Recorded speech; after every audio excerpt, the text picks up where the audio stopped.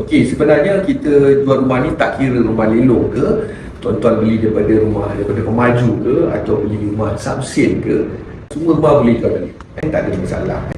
Cuma tuan-tuan yang mungkin saya rasa pada pandangan saya soalan tu mungkin dia terganggu fikirannya sebab ada rumah tu susah nak jual balik. Mungkin dari segi harga lah, satu faktor dia.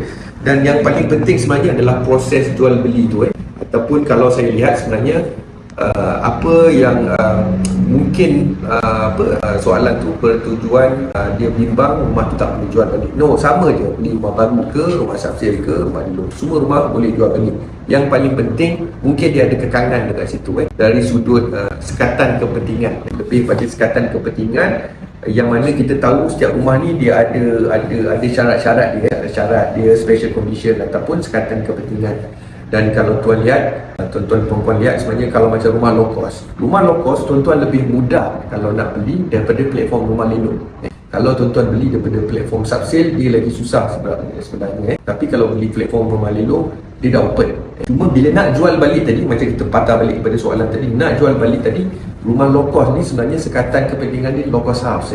Jadi untuk kita jual balik rumah low cost house ni, dia perlu dapatkan concern daripada state government. So sebagaimana yang kita tahu sebenarnya rumah yang low cost, rumah flat ni, dia memang kita nak bagi pada golongan-golongan tertentu. Jadi kalau nak jual balik tu kena make sure yang pembeli tu tadi tiada rumah lain contoh. Itu yang kita kata kena dah beli. Tapi kalau tuan dah ada rumah lain, kelulusan boleh diberikan. Itu sebenarnya sekatan kepentingan tu yang paling penting yang dia orang tanya. Ataupun yang kita tahu sebagaimana sekatan kepentingan tu Malay reserve.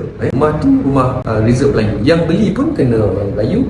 Yang besok kalau tuan-tuan nak jual pun sebenarnya kena jual pada orang Melayu. Dia tak boleh jual pada orang selain daripada orang Melayu. Jadi sekatan tu yang kita masukkan. Apa rumah pun, rumah beli daripada rumah pemaju ke, rumah subsale ke, sekatan tu yang akan main peranan sama ada kita boleh jual ataupun tidak. Tapi ada boleh mendapatkan kebenaran dan sebagainya. Kota Bumi Putra sebagainya. Sebenarnya rumah apa-apa pun boleh jual balik, tak ada masalah. Okey, lagi satu, kalau kata tuan-tuan beli hari ni, bulan depan tuan nak jual ataupun tahun depan nak jual, sekatan, bukan sekatan, kita ada akta keuntungan, cukai keuntungan harta tanah.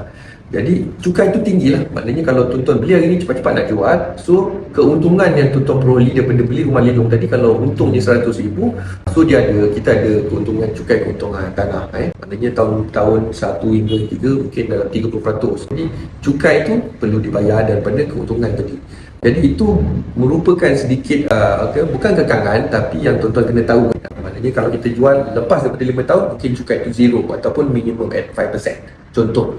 Jadi untung banyak dan cukai pun kurang. Jadi untung jadi tambah banyak. Itu antara perkara-perkara yang mungkin diorang rasa beli rumah lelong ni tak boleh jual. Tak ada, sama je. Beli rumah lelong ni sama je. Kaedah aja saja beli melalui platform lelong. Jadi kita banyak sangat jual rumah lelong ni, dan orang yang dah beli rumah lelong ni rata-rata saya rasa kebanyakannya dia orang beli rumah lelong ni sebab memang lebih kepada untung lah. Sebab beli murah daripada harga market.